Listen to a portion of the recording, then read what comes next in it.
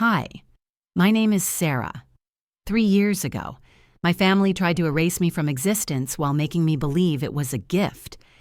And if you've ever felt invisible in your own family, if you've ever questioned whether the people who are supposed to love you unconditionally actually see you as a burden, then this story is for you. It was February 15th, 2023, a date that's now burned into my memory forever. I was 28 years old, living what I thought was a pretty normal life in Milwaukee, Wisconsin. I had my own apartment, a decent job at a marketing firm, and what I believed was a loving family. But sometimes, the people closest to you are the ones planning your disappearance. I remember driving to my parents' house that Tuesday evening. The snow was coming down harder than usual. You know how Wisconsin winters can be brutal, but this felt different. There was something ominous about the silence, like the calm before a devastating storm. I should have trusted that feeling. As I pulled into the driveway, I noticed something odd right away. The porch light was on. Now, that might not seem like a big deal to you, but my parents, Margaret and Robert, never left that light on anymore. They'd become obsessed with saving money on electricity bills, to the point where they'd lecture me about leaving a phone charger plugged in. So seeing that warm yellow glow cutting through the snowfall immediately put me on edge. I walked up those familiar steps I'd climbed thousands of times as a child, but something felt different. The house smelled clinical. You know that artificial lemon scent that screams, "We've been scrubbing this place like we're preparing for surgery"? That's exactly what hit me when I opened the front door. My mother, Margaret, was practically Olympic level when it came to cleaning. But this was different. This smelled like they were erasing evidence. "Come in, sweetheart," Margaret called from the dining room, her voice unnaturally sing-song. She never called me sweetheart. Ever. In my 28 years of life, I could probably count on one hand the times she'd used an endearment with me. Red flag number 2, the dining room table was set like we were hosting the president. I'm talking full china set, cloth napkins, candles lit, the works. There was a beautiful roast chicken, creamy mashed potatoes, dinner rolls that actually looked homemade, though knowing Margaret, she probably bought them from the fancy bakery downtown and arranged them to look like she'd baked them herself. My father, Robert, sat at the head of the table, staring into his water glass like it contained the secrets of the universe. My older brother, Marcus, barely glanced up from his phone when I entered. No smile, no "hey sis," just a slight nod of acknowledgement. The whole scene felt like walking onto a movie set where I hadn't been given the script. "We've been talking," Margaret began, her hands folded so neatly over her cloth napkin that it looked rehearsed. "And we think it's time you had something of your own, a fresh start." I blinked, completely blindsided. "I'm sorry. What?" "You've always been our independent one," she continued, her voice taking on that tone people use when they're delivering news they think you should be grateful for. The strong spirit in the family, and now that the Riverside property is available. "The what?" I interrupted. Robert finally looked up from his water glass. "Your grandmother's house. Sarah, it's yours now." And that's when Margaret reached into her purse, a designer bag I'd never seen before, by the way, and pulled out a folded sheet of paper labeled in her precise handwriting. Transition plan. My stomach dropped to the floor before I even opened it. Inside, the words hit me like physical blows. The deed to the house had already been processed. Utilities had been transferred into my name. Mail was being redirected. This wasn't a conversation or a family discussion. This was a corporate restructuring, and I was the department being eliminated. When was this decided? I managed to ask, my voice barely above a whisper. "Oh, it's been in motion for quite a while." Marcus finally spoke, not even bothering to look up from his phone. We just didn't want to overwhelm you with the details. Overwhelm me, like being completely blindsided and essentially exiled from my own family, was some kind of thoughtful gesture. I excused myself to use the bathroom, my hands shaking as I walked down the hallway lined with family photos I now noticed with a sick realization that I appeared in less and less frequently as the years went on. In the bathroom, I pulled out my phone and opened my banking app, more out of nervous habit than anything else. The joint savings account I shared with Margaret, the one we'd used for Grandma Elena's hospice care, the one where I kept my emergency fund of $15,000, was gone. Not just empty, gone, closed, zero balance, like it had never existed. I stared at that screen for what felt like an eternity, waiting for it to change, waiting for it to make sense. But it just stared back at me with cold, digital indifference. $15,000, money I'd saved working overtime, skipping vacations, living on ramen noodles during lean months. Gone. I didn't scream. I didn't cry. I just stood there in that pristine bathroom, looking at my reflection in the mirror and seeing a stranger, someone who'd been so naive, so trusting, that she'd handed over her financial security to people who saw her as expendable. When I returned to the dining room, Margaret smiled at me like nothing had happened. "All set, honey?" "Yeah," I said, sitting down while the room seemed to tilt slightly around me. All set. The rest of that dinner passed in a surreal blur. Every bite felt like swallowing cardboard. Margaret kept refilling her wine glass, only hers, mind you, and repeating how strong I was, how I'd make this work. And Marcus just sat there, scrolling through his phone like this was the most normal Tuesday evening in the world. "You've always been so independent," Margaret said again, like she was reading from a script. "We knew you'd handle this transition beautifully." Transition. That word kept coming up, like I was a piece of furniture being moved to storage. When I finally stood to leave, Marcus barely acknowledged my departure. Margaret offered a hug, but something in my body recoiled, and I found myself reaching for my coat instead. Robert met me at the door with the most awkward handshake of my life and 4 words that would haunt me. "Let us know, okay?" Let them know what?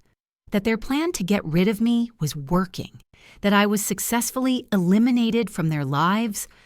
I stepped out into that brutal February snow, and it hit me like a physical slap. But I didn't pull my collar tighter. The cold didn't matter anymore. Nothing mattered anymore except the growing realization that I hadn't been given a gift or an opportunity. I had been dismissed.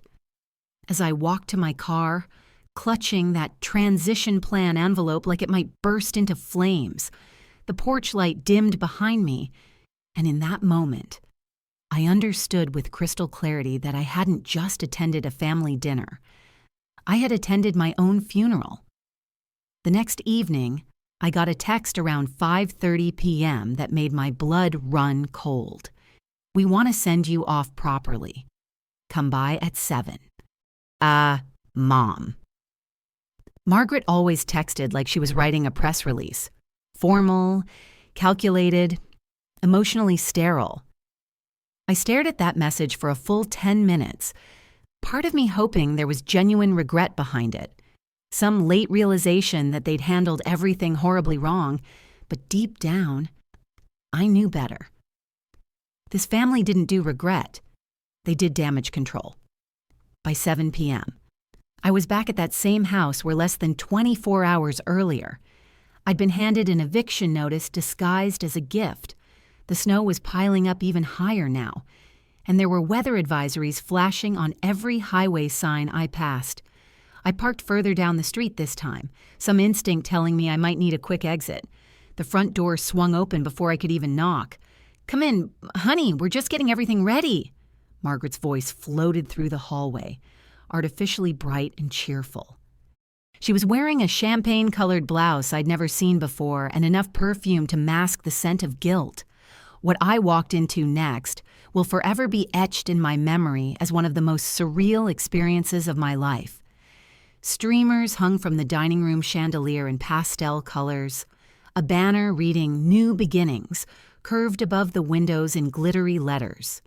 The table was set with our good china again, and sitting in the center was a cake, an actual celebration cake, next to a gift bag stuffed with tissue paper and a roast that was already cooling on the serving plate. I felt like I was walking into my own wake, except the corpse was expected to smile and say thank you. Marcus's wife, Jessica, waved at me from the kitchen like we were best friends at a surprise party. My Aunt Linda was there too, beaming and offering me a glass of apple cider, like this was the most normal celebration in the world. Not a single person asked how I was feeling.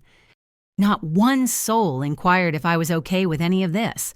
The only thing anyone wanted to know was what I planned to do once I got settled in Riverside.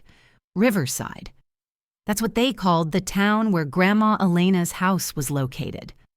Population 847, according to the last census. No Starbucks, no Target, no cell phone towers. Just farmland, silence, and winters that could kill you if you weren't prepared. I mumbled vague responses to their questions, letting their words wash over me like static. The whole evening felt scripted, like they'd rehearsed this performance without bothering to give me my lines. Even Robert managed a few chuckles when Margaret made jokes about me finally learning to grow my own vegetables and discovering the simple life. Halfway through this bizarre celebration, there was a knock at the door. A delivery driver in a thick winter jacket handed Margaret a manila envelope. She accepted it like she'd been waiting for it all night. Oh, perfect timing. "Aunt," she chirped, turning toward me with theatrical excitement. "Go ahead and open it, sweetie." I stared at her. "What is it?" "Just the final transfer documents for the house," she said, like she was offering me an extra piece of pie. "Everything's official now. It's all yours."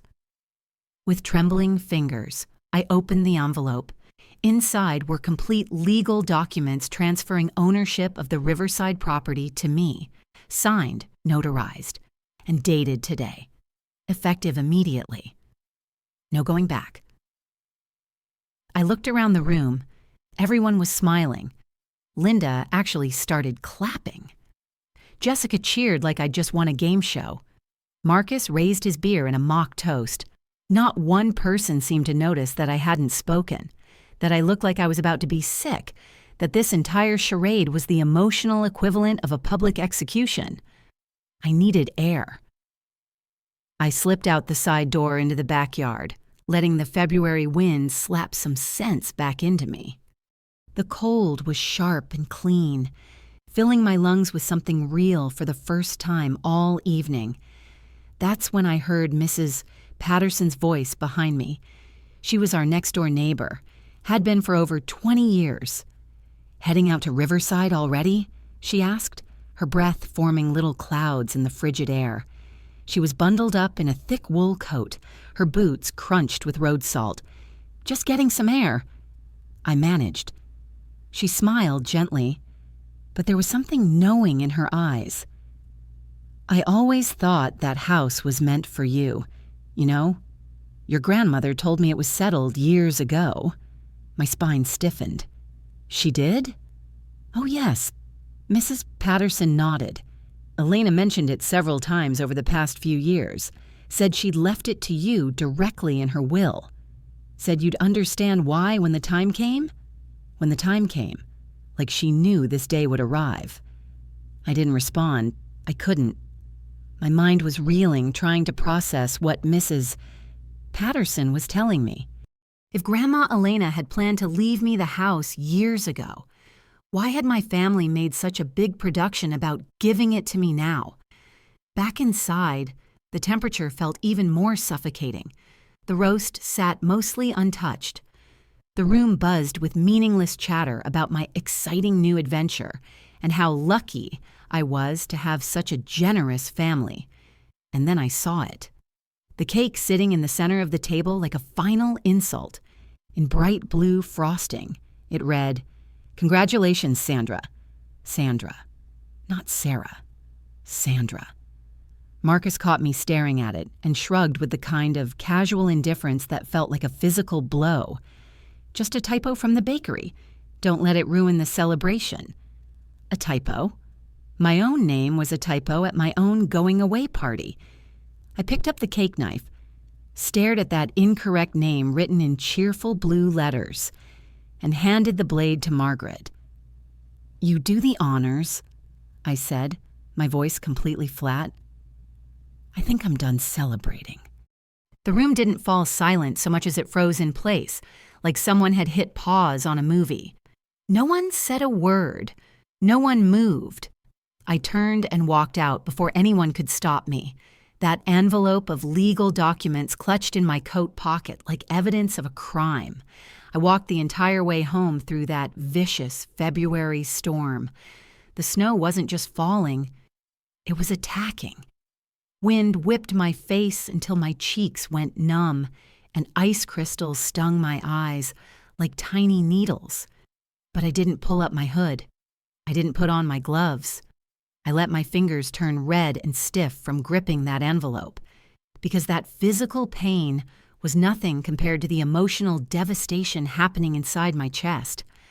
That piece of paper didn't weigh more than a few ounces, but somehow it felt like it was dragging my entire soul down with it. Every step through those snow-covered streets felt like walking further away from the only life I'd ever known, towards something completely unknown and terrifying. The contrast was devastating. I passed warm, glowing storefronts where families were sharing dinner together, laughing, enjoying each other's company. Their worlds looked whole and loving and real. Mine felt like it had just been handed over to strangers to dismantle piece by piece. By the time I reached my apartment building, I was soaked to the bone and shivering uncontrollably. I climbed the 3 flights of stairs instead of waiting for the elevator, using each step to push the tightness in my chest down just far enough to unlock my door with steady hands. As soon as that door closed behind me, I finally let go. Not in some dramatic movie scene kind of way. I just collapsed. My coat fell to the floor in a wet heap. My boots toppled over like they wanted to give up too. I sat on the edge of my couch and, for the first time in years, I let my face crumple completely. No sobbing, no screaming, just a stillness so heavy that breathing felt like work. Sleep was impossible. I made tea and never drank it. Opened the refrigerator and closed it again. Paced around my living room, checking my phone, and then ignoring it when it buzzed with messages I wasn't ready to read. Eventually, I found myself standing in front of my bedroom closet, staring at a cardboard box I hadn't touched in over 3 years. Inside were fragments of my past, yearbooks with pages that stuck together, school photos from picture days I barely remembered, a few postcards from Grandma Elena, and a dusty manila folder labeled Keep in my teenage handwriting. At the bottom of the box, underneath a stack of old report cards, was a photo from my 15th birthday party. It used to sit on the mantel in our family room when I was growing up. The whole family was in it. Me, Marcus, Margaret, Robert, even Aunt Linda. I remembered the cake that day. Chocolate with strawberry frosting. I remembered the balloons, the presents, feeling genuinely happy and loved. Now, looking at that photo, I noticed something that made my blood run cold. My face had been scratched out. Not torn, not faded, not accidentally damaged. Deliberately scratched out with what looked like the tip of a pen or the edge of a coin. Someone had taken the time to carefully deface my image while leaving everyone else perfectly intact. I flipped the photo over with shaking hands. On the back, in Margaret's unmistakable handwriting, someone had written, "Family 2010, Apparently, not all of us made the cut. The cruelty of it took my breath away. This wasn't just a forgotten photo or an old family memory. This was evidence of something much darker, much more calculated than I'd ever imagined. How long had they been planning this? How long had I been living in a family that saw me as expendable? I reached back into that box with trembling hands, knowing instinctively that I was about to uncover something that would change everything. Underneath a folder of old report cards was a red leather notebook, my diary from middle school. I hadn't seen it in over 15 years, and holding it felt like holding a piece of my younger, more innocent self. I opened it slowly, half expecting the pages to crumble in my hands. The first few entries were harmless enough: sketches of flowers, notes about Grandma Elena's garden, my list of books I wanted to read when I'm a real adult. But as I flipped through the pages, something shifted dramatically. Entire sections had been scribbled over in angry red ink, not just crossed out, violently scratched through until the paper was nearly torn. And in the margins, written in Margaret's unmistakable handwriting, were comments that made my stomach turn. "Don't be so dramatic. This makes us look bad. Why would you even write this nonsense? Stop making everything about yourself." I sat there on my bedroom floor, staring at page after page of my childhood thoughts that had been judged, criticized, and ultimately silenced by my own mother. What kind of person reads their 12-year-old daughter's private diary only to shame her for having feelings? What kind of mother takes a red pen to her child's innermost thoughts like she's grading a failed exam?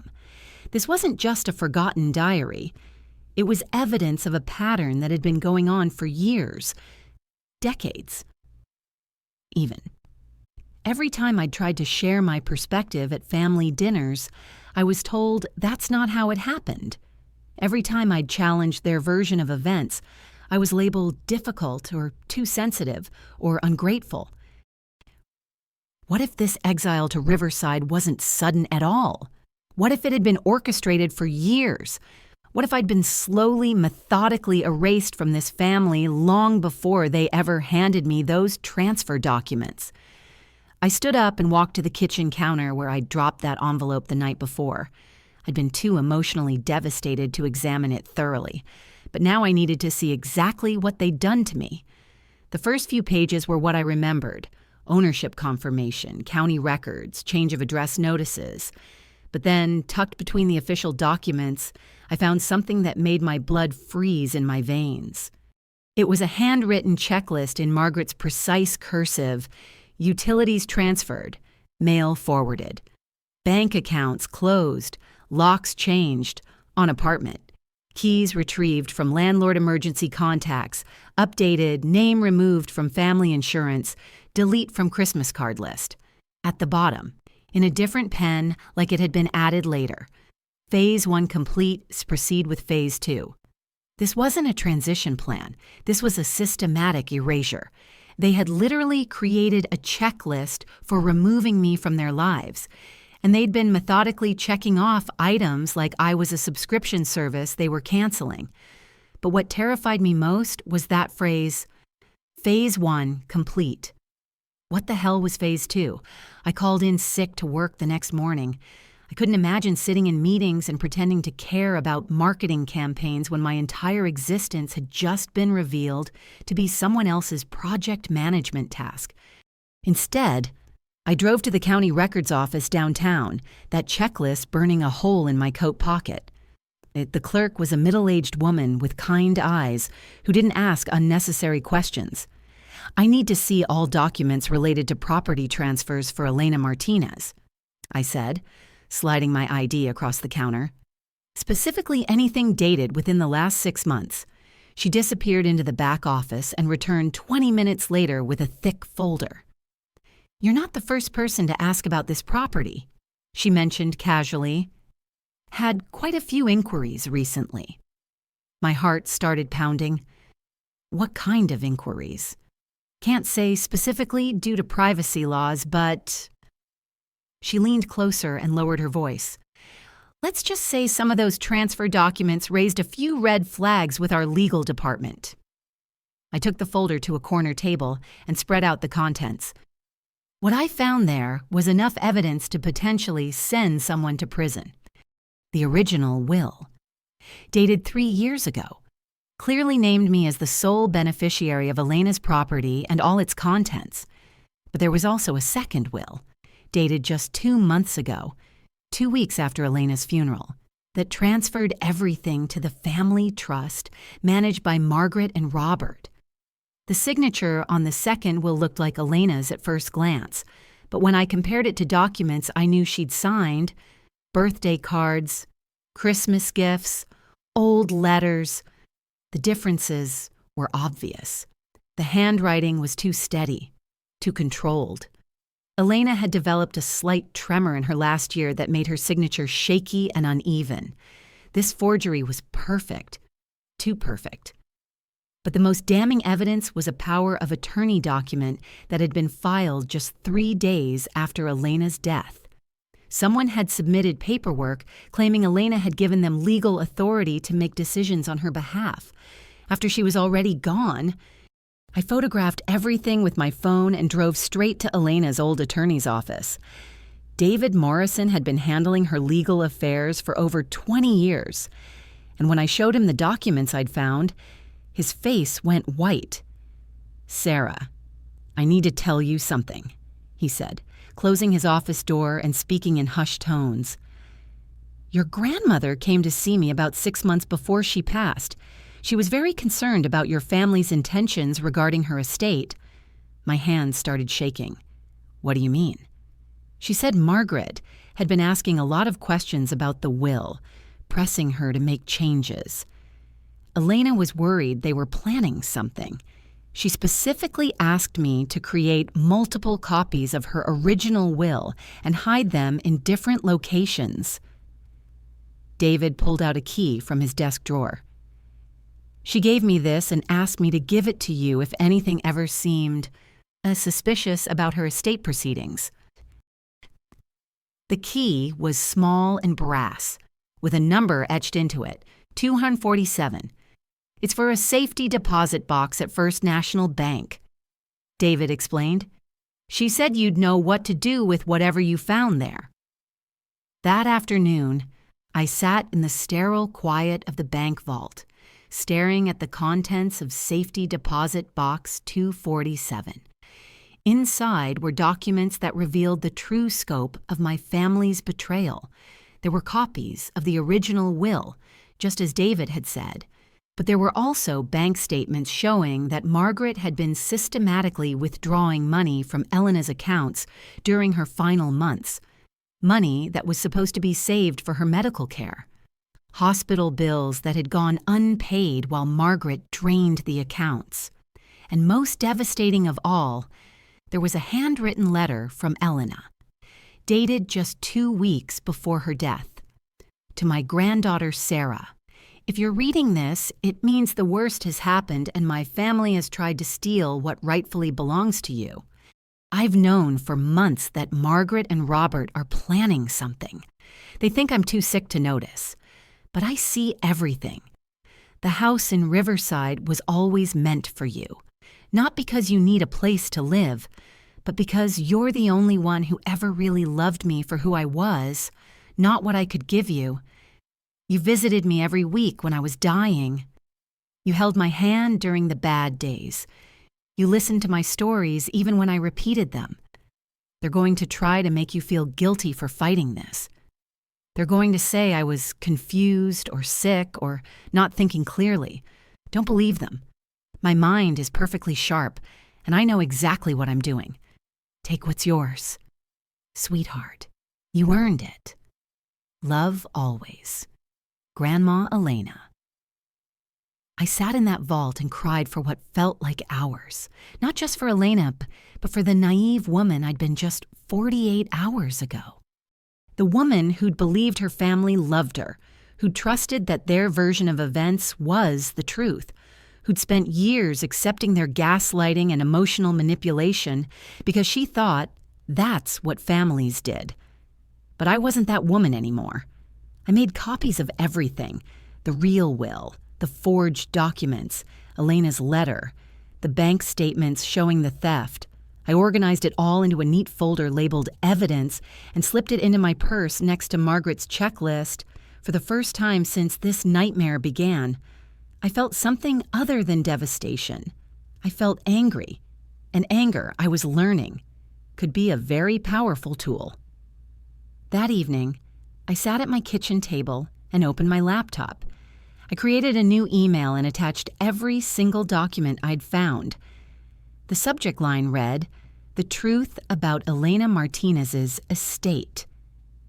In the recipient field, I typed the email addresses for Margaret, Robert, Marcus, Jessica, and Aunt Linda, but I didn't send it, not yet.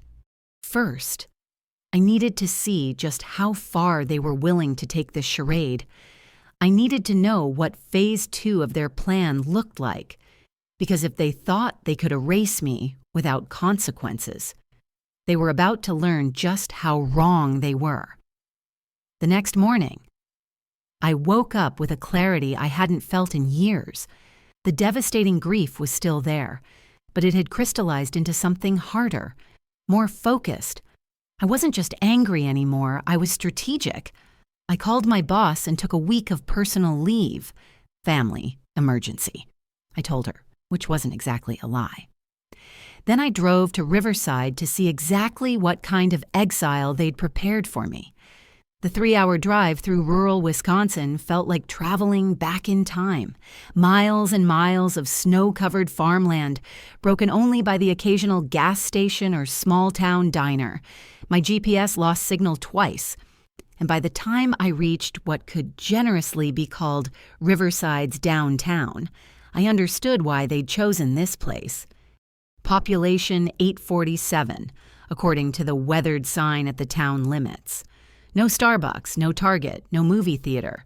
Just a single main street with a post office, a general store, a diner that looked like it hadn't been updated since 1987, and a gas station that doubled as the town's only grocery store. Elena's house sat on Maple Street, though calling it a street was generous. It was more like a paved path that turned to gravel after 3 blocks. The house itself was a small 2-bedroom craftsman that had seen better days. Peeling paint, a sagging front porch, windows that were so dirty I couldn't see inside. I used the key Margaret had given me, the one they'd presented like such a generous gift, and stepped into what was supposed to be my new life. The smell hit me first. Stale air, dampness, and something else I couldn't identify. Mouse droppings, maybe. The electricity had been turned off, just as Margaret's checklist had indicated. No heat, no lights, no hot water. In February, in Wisconsin, this wasn't a gift. This was a death sentence with a bow on it. I walked through the empty rooms, taking photos with my phone. The kitchen had a broken window that had been temporarily covered with cardboard and duct tape. The bathroom had black mold growing around the tub. The heating system looked like it hadn't worked in years, and there were actual holes in some of the walls where plaster had crumbled away. This was what they'd generously given me. A condemned house in the middle of nowhere, with no utilities, no internet, and no way to support myself. They hadn't just exiled me, they'd sent me somewhere to disappear completely. But as I stood in that cold, dark living room, something else occurred to me. If this house was in such terrible condition, why had they been so eager to get it transferred into my name? Why not just let it rot or sell it to a developer? I spent the next 2 hours searching every room, every closet, every cabinet. And in the basement, behind an old water heater, I found something that changed everything. It was a manila envelope, sealed and labeled in Elena's handwriting, for Sarah, when they try to take everything. Inside was a geological survey report dated just 6 months ago. According to the document, there were significant natural gas deposits beneath the property, enough to potentially generate millions of dollars in drilling rights over the next decade. Elena's property wasn't worthless. It was potentially worth more than my entire family's combined assets. That's when I understood the real scope of their plan. Phase 1 had been getting me out of Milwaukee and isolated in Riverside. But Phase 2 wasn't just about erasing me from their lives. It was about positioning themselves to claim a fortune that rightfully belonged to me. Phase 2 was simple. Wait for me to become desperate in that freezing house, then offer to rescue me by buying the property for pennies on the dollar, stealing millions while playing the hero. I drove back to Milwaukee that same day, my mind racing with possibilities.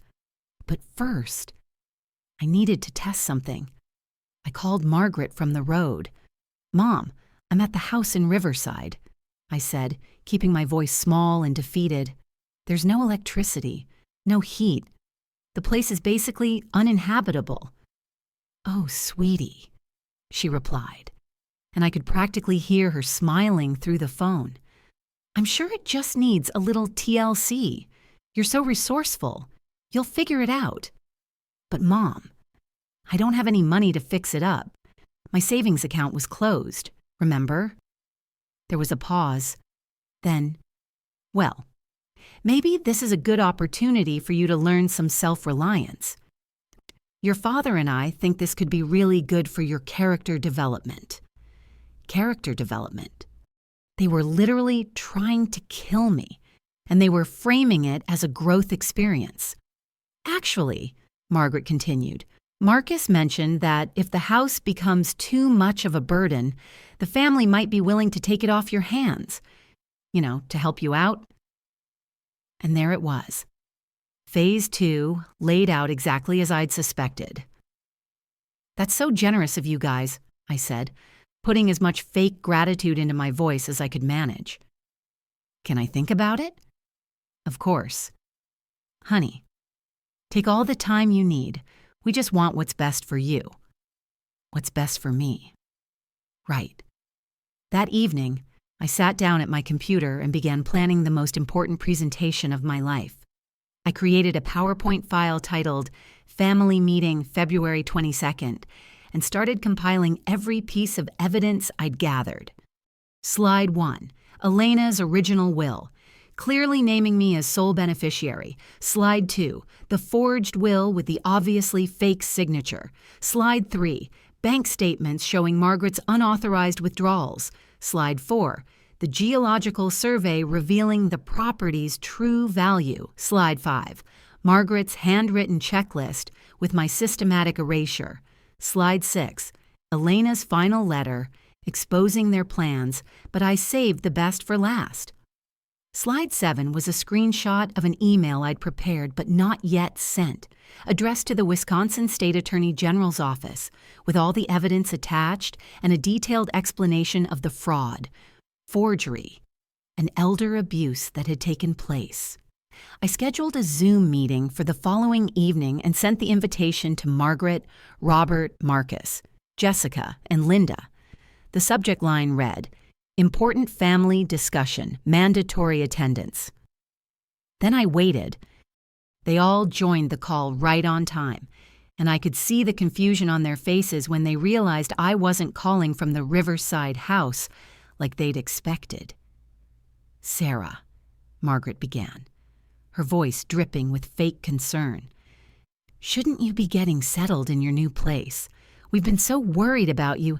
Actually, I wanted to talk to you all about that," I said, sharing my screen.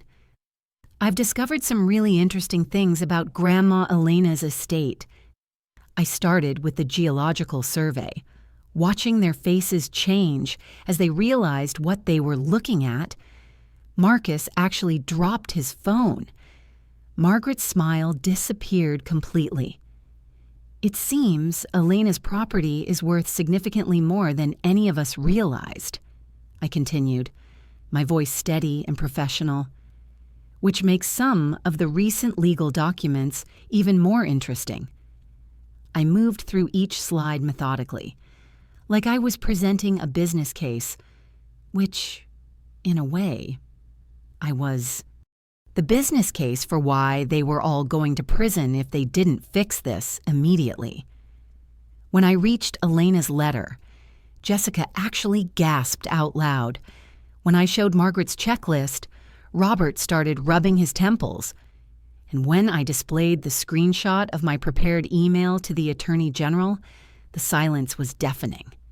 "Now," I said, clicking to my final slide, "I think we need to discuss how we're going to resolve this situation." Slide 8 was titled Terms for Resolution and contained a very simple list. All forged documents will be legally voided within 48 hours. Elena's original will shall be submitted to probate court. All stolen funds will be returned to Elena's estate with interest. I will receive a written apology acknowledging the harm caused. All family members will agree to no contact going forward. If these terms are not met, all evidence goes to law enforcement. "Sarah," Margaret finally spoke, her voice shaking. "There's no need for this kind of hostility. We're family. We can work this out privately." "You're right," I replied. "We are family, which makes what you did to me even worse." Marcus tried to interrupt. "Look, maybe we can—" "No," I said firmly. "I'm not negotiating. These are the terms. You have 48 hours to comply, or I start making phone calls to people who investigate financial crimes against elderly people." The call ended in stunned silence. No one said goodbye. No one tried to argue. They just disconnected, one by one, until I was left staring at my own reflection in the black screen. I closed my laptop and walked to my kitchen window, looking out at the lights of Milwaukee. Somewhere out there, my family was probably having an emergency meeting, trying to figure out how to minimize the damage they'd done to themselves. But I wasn't thinking about them anymore.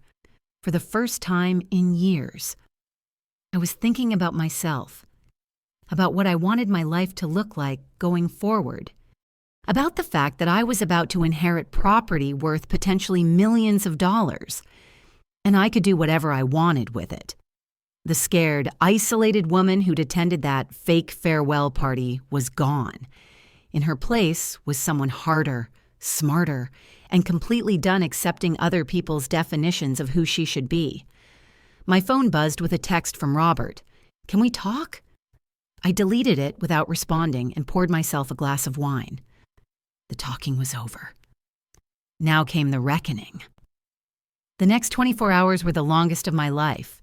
My phone buzzed constantly with calls and texts from various family members, each message more desperate than the last. I ignored them all, except to screenshot each one for my growing file of evidence. Margaret, please call me. We need to discuss this rationally. Marcus, you're overreacting. Let's meet for coffee and work this out. Robert, this is getting out of hand. Think about what you're doing to the family. Jessica, Sarah, please. The kids are asking about Aunt Sarah. Don't do this to them. Even Aunt Linda tried. Honey, your mother is beside herself. Can't we find a compromise? The audacity was breathtaking. After systematically planning my elimination from their lives, stealing my inheritance, and trying to exile me to die in a condemned house, they wanted to work it out and find a compromise. They were treating this like a business negotiation instead of acknowledging the profound betrayal they'd orchestrated. But the most telling message came from Marcus at 2:17 a.m. You know, Mom and Dad aren't getting any younger. Dad's health isn't great. Do you really want to put them through a legal battle at their age? Even now, even caught red-handed with evidence of fraud and theft, they were trying to manipulate me, playing the guilt card, making me responsible for the consequences of their own criminal behavior. I forwarded that text to David Morrison, Elena's attorney, along with everything else I'd gathered. David, I wrote, I think it's time we move forward with legal action. They're not going to comply voluntarily. At exactly 5 p.m., 1 hour before my deadline, my doorbell rang. Through the peephole, I could see Margaret standing in my hallway, holding a manila envelope and looking like she'd aged 10 years overnight. I opened the door but didn't invite her in. "Sarah," she began, her voice smaller than I'd ever heard it. "I brought the paperwork, everything you asked for." She handed me the envelope with shaking hands. Inside were the legal documents officially voiding the forged will, along with a notarized statement acknowledging that Elena's original will was the only valid version. There was also a cashier's check for $87,000, the amount they'd stolen from Elena's accounts, plus interest. But what surprised me most was the handwritten letter at the bottom of the envelope. Margaret's usually perfect penmanship was shaky and uneven. "Sarah, I know there's nothing I can write that will undo what we did to you. I know sorry isn't enough when we tried to erase you from our lives like you never mattered. The truth is, we were scared. When Elena got sick and you spent all that time caring for her, we saw how much she loved you, more than she'd ever loved any of us. When we found out about the gas deposits, Robert said we couldn't let all that money go to someone who wasn't really family, but you were more family to her than we ever were. You earned that inheritance through love and loyalty, and we tried to steal it through greed and cruelty. I don't expect you to forgive us. I don't even expect you to speak to us again. But I needed you to know that some of us realize what we've lost. Margaret." I read the letter twice, waiting to feel something. Satisfaction, maybe, or vindication. But all I felt was emptiness. This woman who'd raised me, who'd been the center of my universe for 28 years, had become a stranger. The apology felt hollow because it came only after she'd been caught, only after the consequences became unavoidable. "Is this everything?" I asked, my voice professionally neutral. Margaret nodded, tears streaming down her face. "Sarah, please, can we—" "No," I said firmly. "We can't. This is where it ends. Margaret, don't contact me again." I closed the door and leaned against it, listening to her footsteps fade down the hallway. It should have felt like a victory. But mostly, it felt like a funeral. The burial of relationships that had apparently died long before I realized they were sick. The next morning, I drove back to Riverside with a very different purpose. This time, I wasn't the victim being exiled to die in exile. I was the owner of valuable property. And I had plans. I met with the local contractor who'd done work for Elena over the years. Tom Bradley was a weathered man in his 60s who remembered my grandmother fondly. "Elena always said this place would be special someday," he told me as we walked through the house, assessing what needed to be done. "She had big dreams for what you might do with it." "What kind of dreams?" Tom smiled. "She used to talk about turning it into something that would help people. Maybe a retreat center or a place where folks could come to heal from difficult times. She said you'd understand what people needed because you'd been through your own struggles." Over the next 2 weeks, I threw myself into planning. The Geological Survey Company connected me with an energy development firm interested in leasing the drilling rights.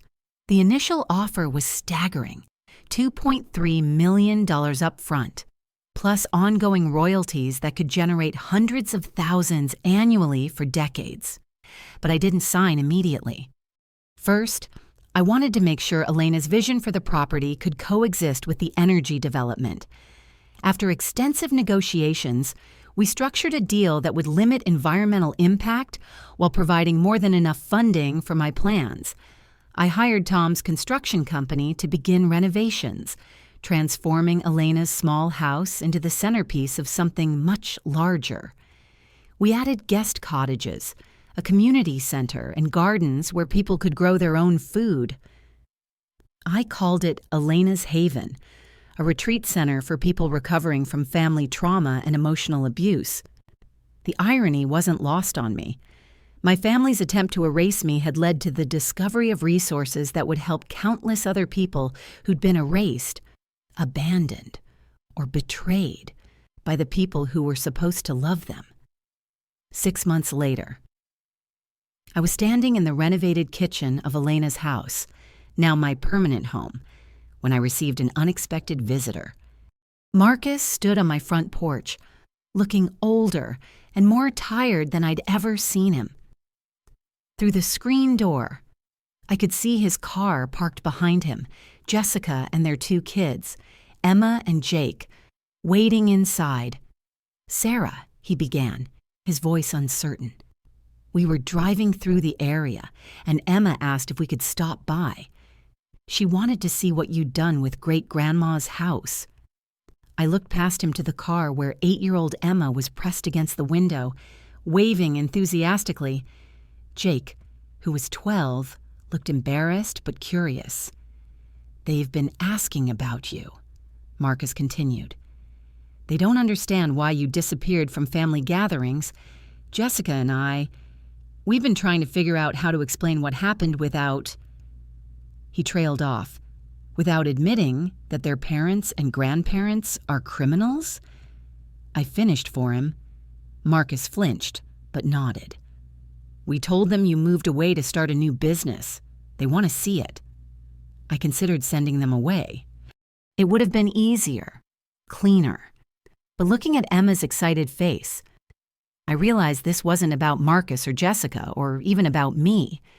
It was about 2 kids who'd lost their aunt and didn't understand why. "5 minutes," I said, opening the door. "They can see the community center and the gardens. But Marcus, this doesn't change anything between us." "I know," he said quietly, "but thank you." We walked through the property, and I found myself seeing it through Emma's eyes, the bright, welcoming community space where support groups met twice a week, the organic gardens where retreat participants learned to nurture growing things as a metaphor for healing themselves, the library where people could find books about recovery, resilience, and building healthy relationships. "Aunt Sarah," Emma said, tugging on my hand, "do people come here when they're sad?" "Sometimes," I replied carefully. "People come here when they need time to figure out how to be happy again." "Like when families are mean to each other?" I glanced at Marcus, who looked stricken. "Yes, sweetheart, sometimes like that." Emma nodded solemnly. "I think great-grandma Elena would like this place." "I think so too." As they prepared to leave, Marcus lingered while Jessica loaded the kids back into the car. "Sarah," he said, his voice barely above a whisper, "I know I don't have the right to ask this, but are you happy? Are you okay?"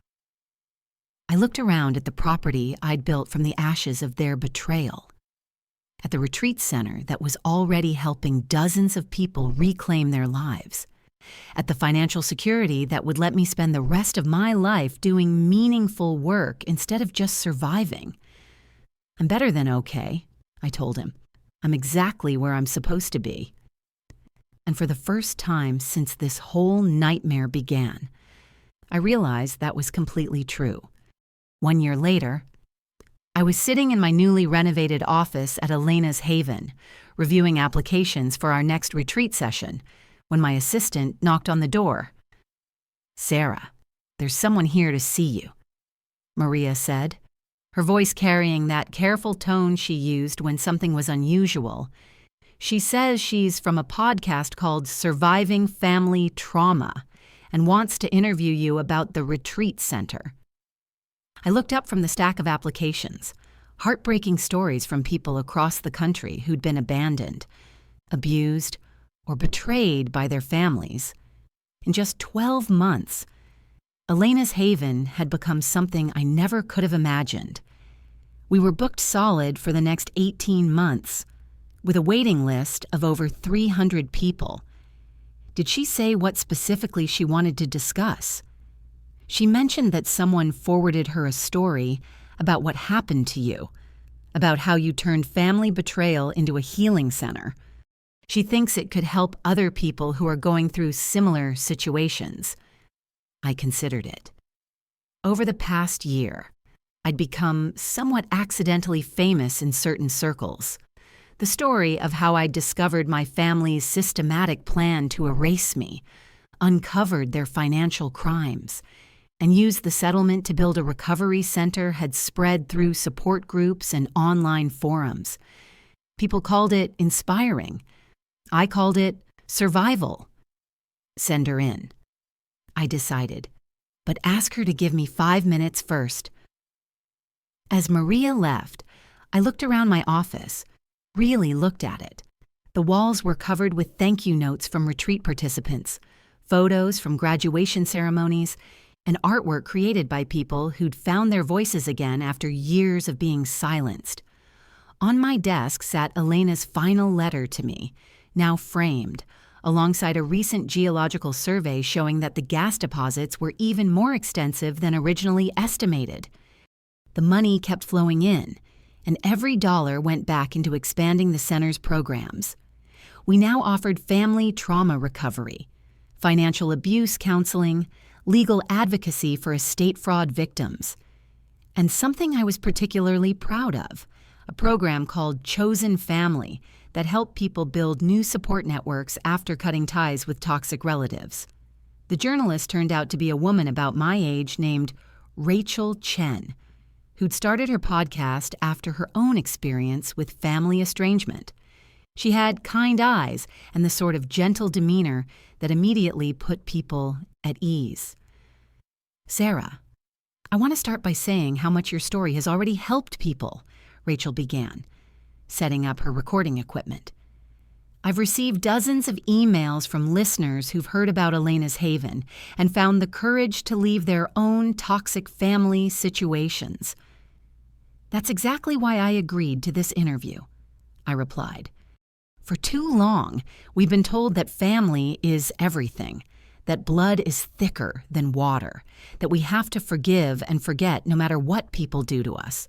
But sometimes the most radical act of self-love is walking away from people who see you as expendable. Tell me about the moment you realized what your family had done. I found myself recounting the story I'd told dozens of times to therapists, support groups, and new retreat participants, but this time felt different. This time, I wasn't just sharing my trauma, I was sharing my transformation. The hardest part wasn't discovering their plan, I explained. It was accepting that the family I thought I knew had never really existed. The loving, supportive relationships I remembered were largely one-sided. I'd been performing gratitude for breadcrumbs while they were planning my elimination. How did you move from that devastating realization to building all this? Rachel gestured toward the window, where we could see retreat participants working in the garden. Elena left me more than property and money, I said. She left me permission to value myself. Her final letter told me not to become bitter, to focus on restoration rather than retaliation. At first, I thought that meant I shouldn't pursue legal action, but I realized that holding people accountable for their actions isn't bitterness. It's justice, and using the resources they tried to steal to help other people heal. That's restoration. Rachel leaned forward. I have to ask about the financial aspect. The gas deposits, the legal settlement. It seems almost too perfect that their betrayal led to your financial independence. I laughed, a sound that would have been impossible 2 years ago. Trust me, there were days when I would have traded all the money just to have a family that actually loved me. But Elena used to say that sometimes the universe has a sense of poetic justice. They tried to bury me, not realizing they were planting seeds. Have you had any contact with your family since the settlement? Brief encounters. Marcus brought his kids by once. Margaret sends a Christmas card every year. I donate them to our art therapy program, unopened. But no real contact. And honestly, I don't want any. They had 28 years to see me as worthy of love and respect. They chose not to. I'm not interested in giving them a second chance to disappoint me. That's one of the things that makes your story so powerful, Rachel said. You're not advocating for reconciliation or forgiveness. You're advocating for people to value themselves enough to walk away from relationships that diminish them. Exactly. The forgiveness industry has convinced people that holding on to anger is toxic, that we have to forgive to heal. But anger can be incredibly clarifying. My anger showed me that what my family did was unacceptable. It gave me the energy to fight back and the determination to build something better. We talked for another hour about the retreat programs, the success stories, and the expansion plans. Rachel was particularly interested in our legal advocacy program, which helped people navigate estate fraud and financial abuse cases. We've helped recover over $3.2 million in stolen assets for our participants, I told her. Elena's case wasn't unique. Family financial abuse is incredibly common, especially targeting elderly family members. But most people don't have the resources to fight back. So you're using your resources to level the playing field. In a way, yes. But more than that, we're teaching people that they deserve to be treated with dignity and respect, that their worth isn't determined by what they can provide to others, that sometimes the most loving thing you can do is refuse to accept unacceptable behavior. After Rachel left, I took my usual evening walk around the property. The retreat center had grown beyond anything I'd originally envisioned. We now had 15 guest cottages, a meditation center, a working farm, and partnerships with therapists and legal advocates across the country. But what I was most proud of were the smaller moments. The woman who'd called last week to tell me she'd finally changed her will after her children had been pressuring her to sign over her assets. The man who'd found the courage to report his brother for financial elder abuse. The teenager who'd come to our family estrangement support group and learned that her parents' emotional manipulation wasn't normal or acceptable. As I rounded the path near Elena's original house, now restored to its former charm and serving as my private residence, I noticed someone sitting on the front porch steps. A young woman, maybe early 20s, with a backpack beside her and tears on her face. "Can I help you?" I asked gently. She looked up, startled. "Are you Sarah? I'm sorry, I know I don't have an appointment. I drove here from Ohio. My name is Katie, and I think my family is trying to do something similar to what yours did to you." I sat down beside her on the steps. "Tell me what's happening." "My grandmother died 3 months ago and left me her house, but my parents have been pressuring me to sign it over to them. They say I'm too young to handle the responsibility, that they'll manage it for my own good. But I found documents in my mom's desk that show they're planning to sell it and keep the money." "Have you told them you know?" Katie shook her head. "I'm scared. They're my parents. What if I'm wrong? What if they really are trying to help me?" I recognized that fear, that desperate hope that the people who were supposed to love you weren't actually betraying you. "Katie, can I ask you something? In your gut, what do you think is happening?" She was quiet for a long moment. "I think they're stealing from me. I think they see me as a child who can be manipulated instead of an adult who deserves honesty." "Then you probably already know what you need to do. But they're my family." "So were mine," I said quietly. And the hardest lesson I learned is that being related to someone doesn't give them the right to harm you. Love isn't supposed to involve theft, manipulation, or betrayal. We sat in comfortable silence as the sun set over the property. Finally, Katie spoke again. "Do you ever regret cutting them off? Do you ever miss having a family?" I looked around at the retreat center, where dozens of people had found healing and hope after escaping their own toxic families. I thought about the chosen family I'd built, Maria, Tom the contractor, who'd become like a father to me, the retreat participants who'd become lifelong friends, the community of people who'd found each other through shared experiences of survival and recovery. I miss the family I thought I had, I told her honestly, but I don't miss the family I actually had.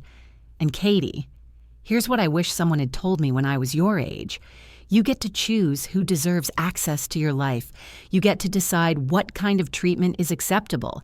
And you get to walk away from people who see you as something to be used rather than someone to be loved.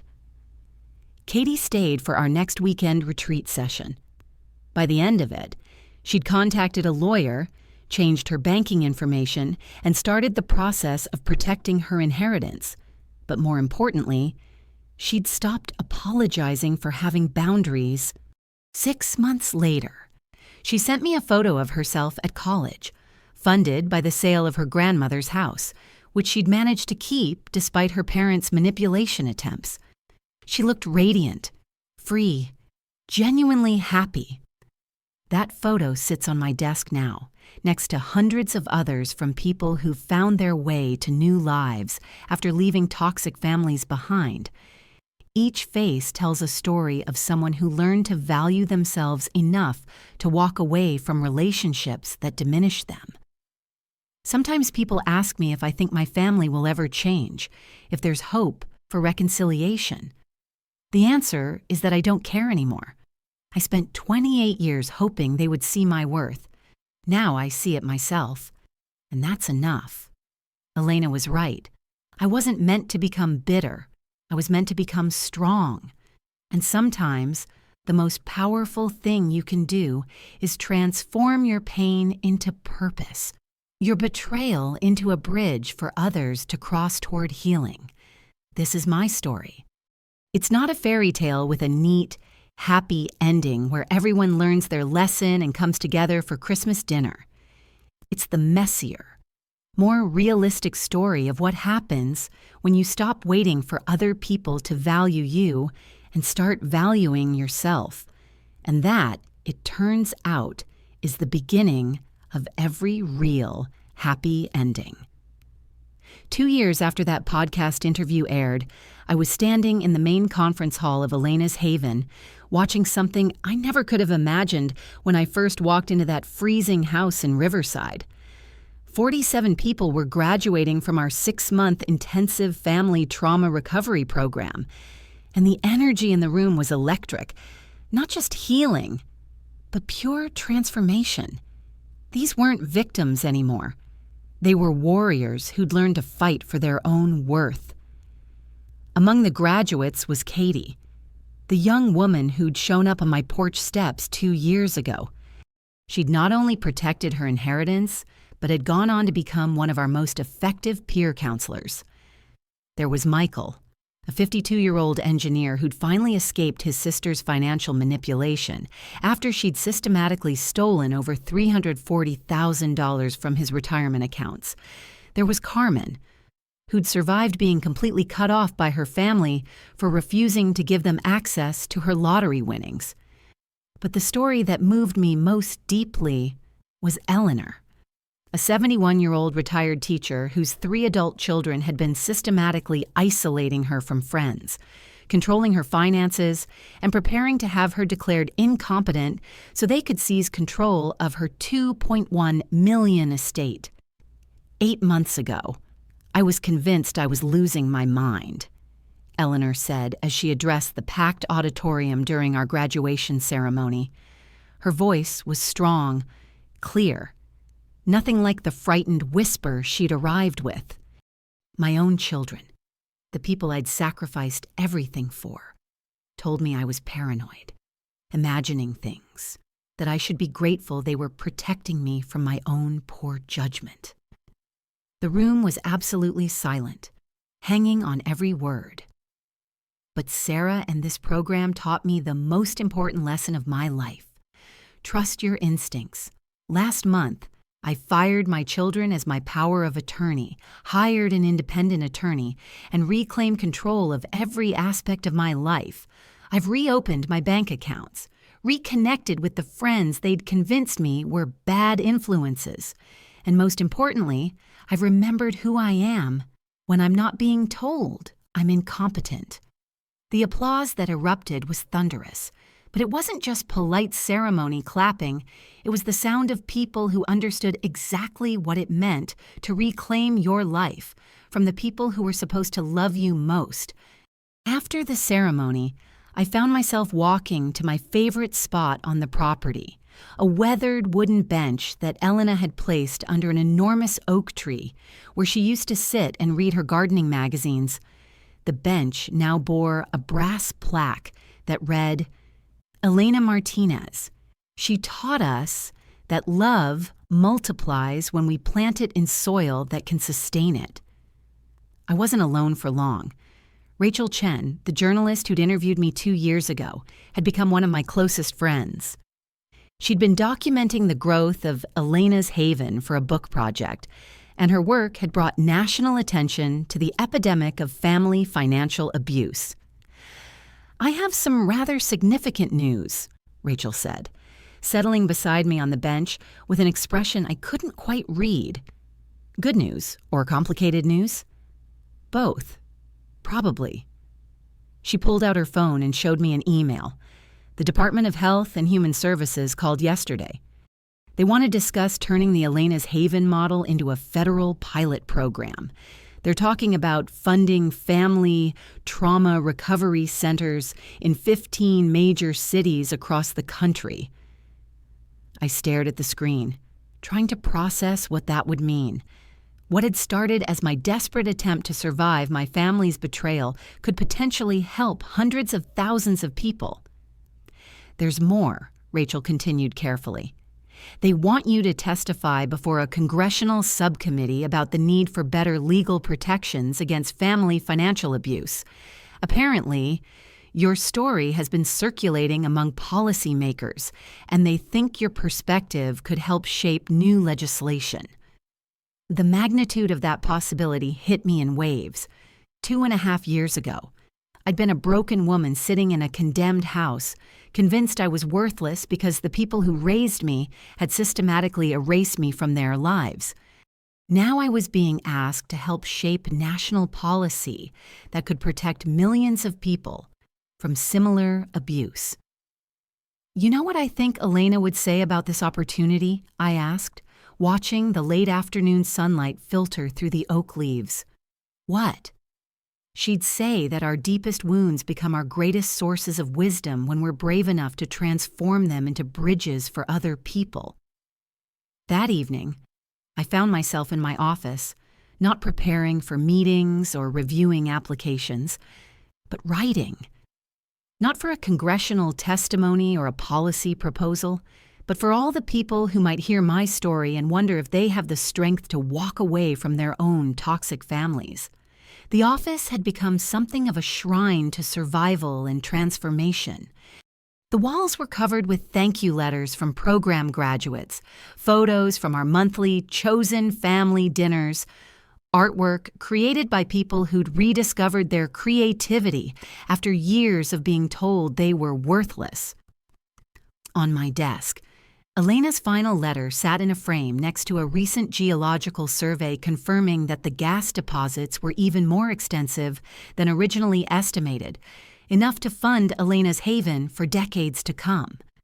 As I wrote, I thought about all the people who'd found their way to us.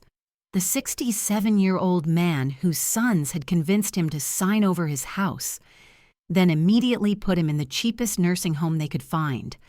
The 34-year-old woman whose parents had stolen her identity to rack up $89,000 in credit card debt. The teenager whose family had been planning to force her into marriage to settle a business debt. Each story was different, but they all shared the same underlying theme. People who'd been taught that their worth was conditional on their usefulness to others, and who'd finally learned to see themselves as inherently valuable. I was deep in thought when Maria knocked on my door. She'd been my assistant since the early days of the center, but she'd become much more than that.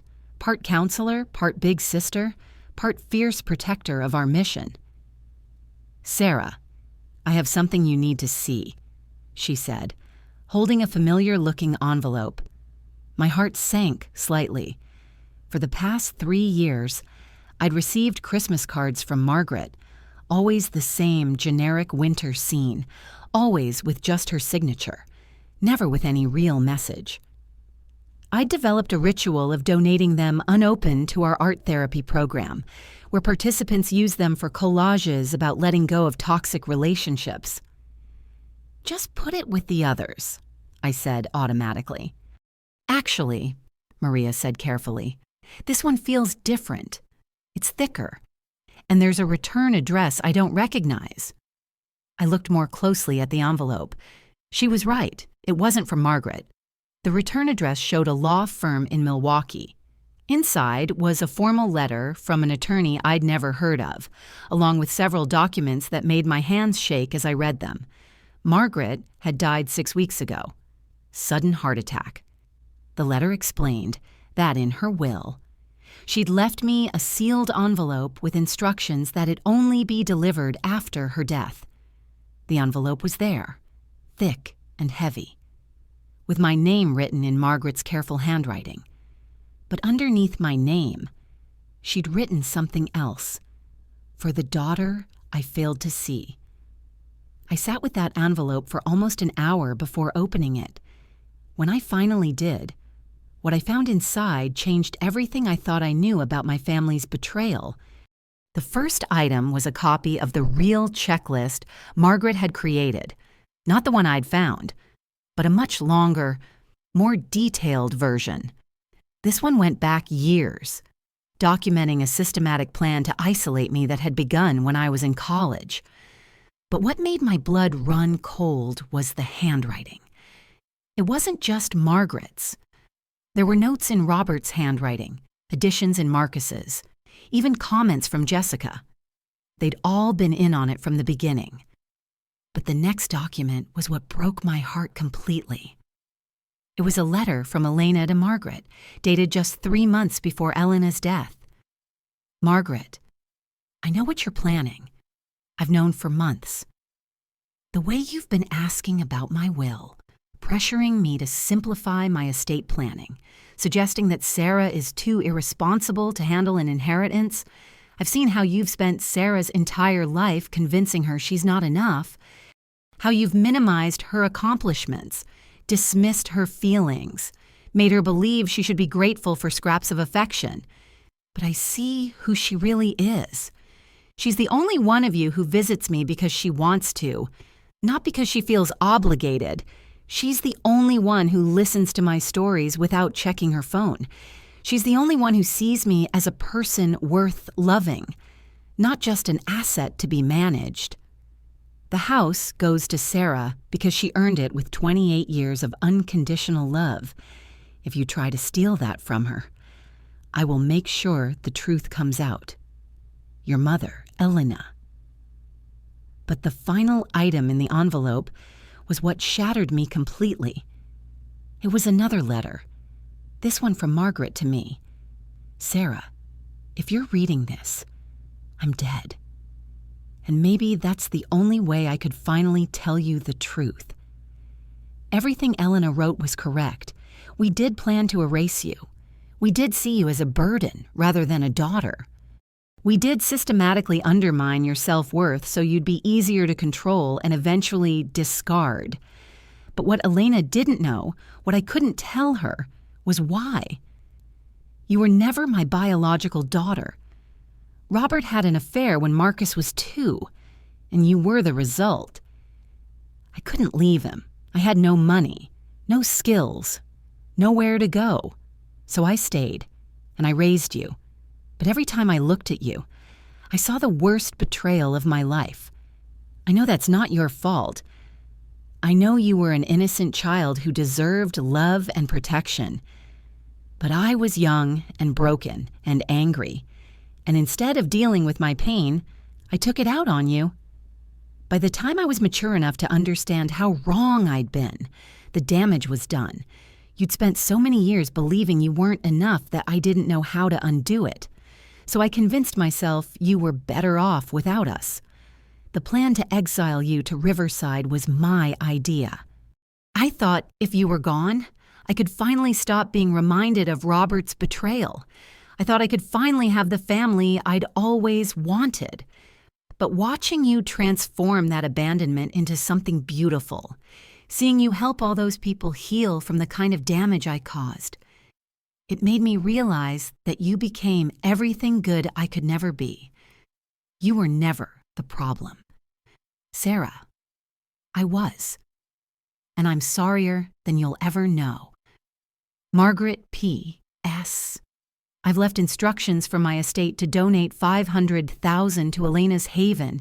It's not enough to undo the damage, but maybe it can help other people heal from mothers like me.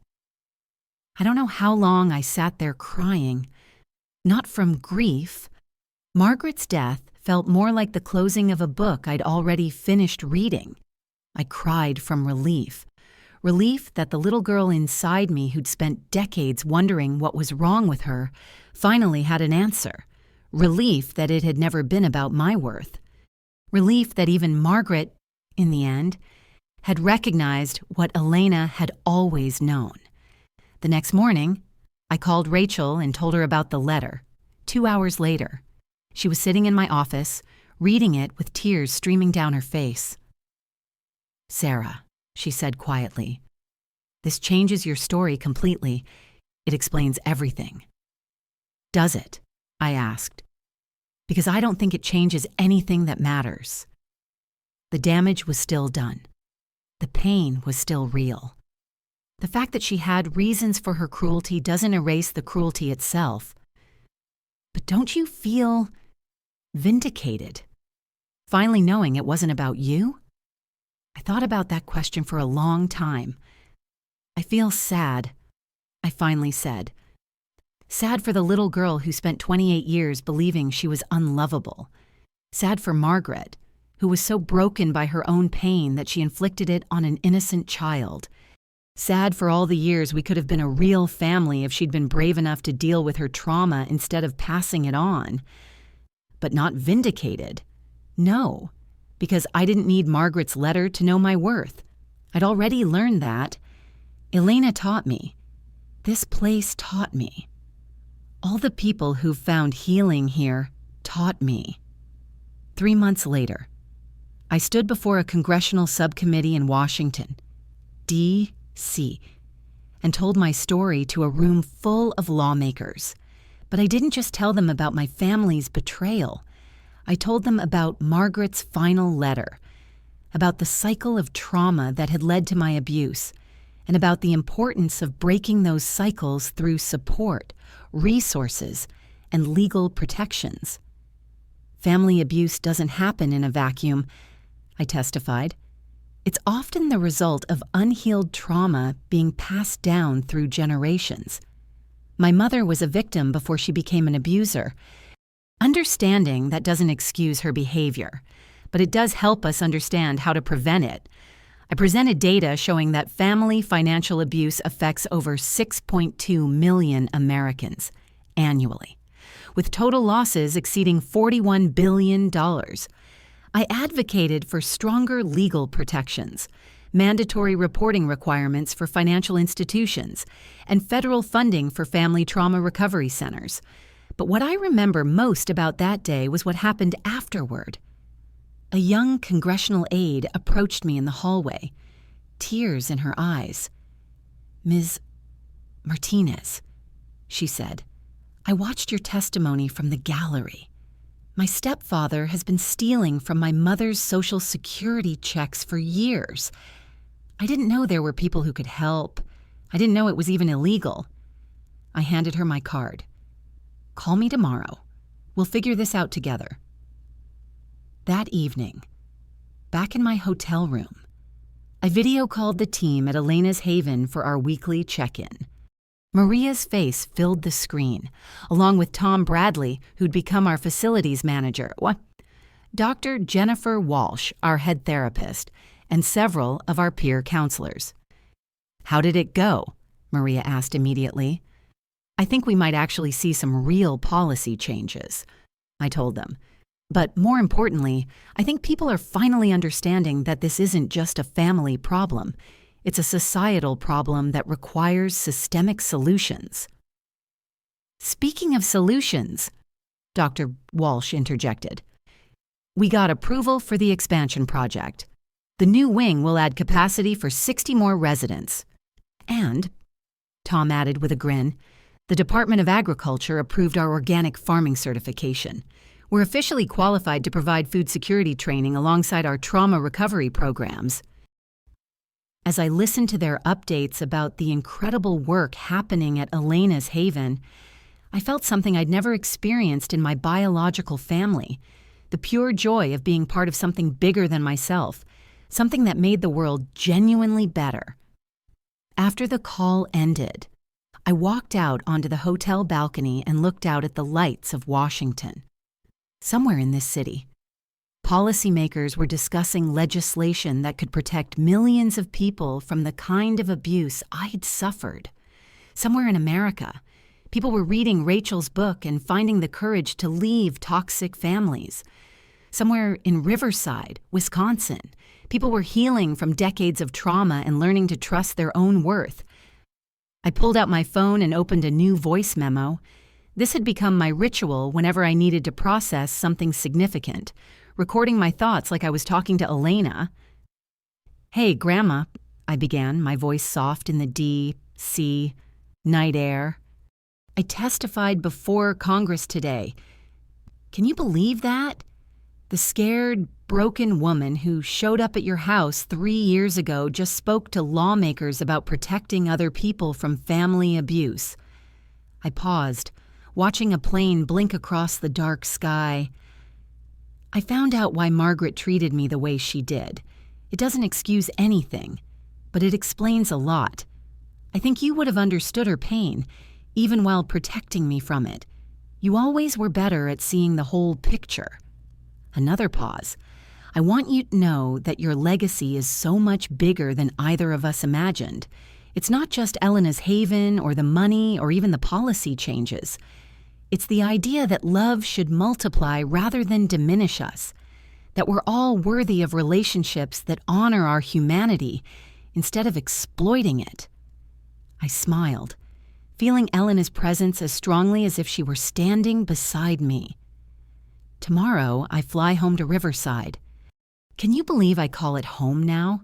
The place they sent me to disappear became the place where I finally appeared, where I finally became who I was always meant to be. When I got back to Elena's Haven 2 days later, there was a line of cars in our parking lot and people gathered on the front lawn. For a moment, I panicked, thinking something had gone wrong. But as I got closer, I realized what was happening. It was a celebration. Our graduates had organized a surprise welcome home party, complete with a banner that read, "Thank you for teaching us that our voices matter." Katie ran up to me as I got out of my car. "Sarah, we saw your testimony online. Do you know how many people have called asking about our program since Tuesday? Over 800. And that's not even the best part," added Michael, grinning. "Show her the letter. Katie." Katie pulled out an official-looking document. It's from the state of Wisconsin. They want to fund 3 more Elena's Haven locations across the state. They're calling it the Elena Martinez Family Recovery Initiative. I stood there, surrounded by people who'd become my chosen family, holding a letter that would help thousands more people heal from family trauma. And I realized something profound. My biological family had tried to erase me because they saw me as a burden, a reminder of pain, a problem to be solved. But my chosen family celebrated me because they saw me as a bridge, a connection between pain and healing, between isolation and community, between surviving and thriving. That's the difference between toxic love and healthy love. Toxic love tries to diminish you to make itself feel bigger. Healthy love tries to help you grow into the fullest version of yourself. Toxic love says you're only valuable when you're useful. Healthy love says you're valuable simply because you exist. Toxic love demands gratitude for scraps. Healthy love offers abundance without conditions. And here's what I want everyone watching this to understand. You get to choose which kind of love you accept in your life. That evening, I sat on Elena's bench under the oak tree, writing in the journal I'd kept throughout this entire journey. As the sun set over the property that had saved my life, I wrote what felt like the final entry in this chapter of my story. 3 years ago, I thought my story was ending. I thought I was being erased, discarded, forgotten. But I wasn't ending. I was beginning. I wasn't being erased. I was being revealed. I wasn't being forgotten. I was being remembered by the person who mattered most, myself. Elena left me more than property and money. She left me permission to value myself, to trust my instincts, to understand that love isn't supposed to hurt. Margaret's final letter gave me answers, but I'd already found peace. Because the truth is, it doesn't matter why people hurt us. What matters is what we choose to do with that pain. We can let it make us bitter, or we can let it make us better. We can use it to tear others down, or we can use it to build others up. We can pass it on to the next generation, or we can be the one who breaks the cycle. I chose to transform my pain into purpose. I chose to build bridges instead of walls. I chose to multiply love instead of hoarding it. And now, hundreds of people have made the same choice. That's Elena's real legacy. Not the gas deposits or the money or even the retreat center. It's the understanding that we all have the power to transform our deepest wounds into our greatest gifts. If you're watching this and you recognize yourself in my story, please know this. You are not asking for too much when you ask to be treated with respect. You are not being dramatic when you call out manipulation and abuse. You are not obligated to set yourself on fire to keep other people warm. And you are not broken beyond repair, no matter how much damage has been done. Your story can have a different ending. It can have a beautiful middle and an empowering future. But only if you're willing to close the chapters that no longer serve you and start writing new ones. Sometimes the most radical act of love is loving yourself enough to walk away. Sometimes the most powerful thing you can do is refuse to be erased. And sometimes the greatest gift you can give the world is transforming your pain into a bridge that helps other people cross from surviving to thriving. I'm Sarah. This was my story. And if it helps even one person find the courage to write a better ending to their own story, then every moment of pain was worth it. Your life is waiting for you to claim it. You are worth fighting for, even if you have to be the one doing the fighting. Especially if you have to be the one doing the fighting. As I closed the journal and looked up at the stars beginning to appear in the darkening sky, I smiled. Tomorrow would bring new challenges, new people to help, new ways to expand Elena's legacy. But tonight, I was simply grateful. Grateful for the family that had discarded me, because it led me to the family that chose me. Grateful for the betrayal that had broken me, because it taught me how to heal. Grateful for the exile that was meant to erase me, because it revealed who I really was. Sometimes the worst thing that happens to you becomes the best thing that could have happened to you. Sometimes being thrown away is actually being set free. And sometimes the family that destroys you gives you everything you need to build something beautiful from the ashes. This is what transformation looks like. Not a fairy tale ending where everyone learns their lesson and comes together for Christmas dinner, but something better. The real-life miracle of discovering that you were never broken, just buried, and that you had the power to dig yourself out all along. Elena was right. Love multiplies when you plant it in soil that can sustain it.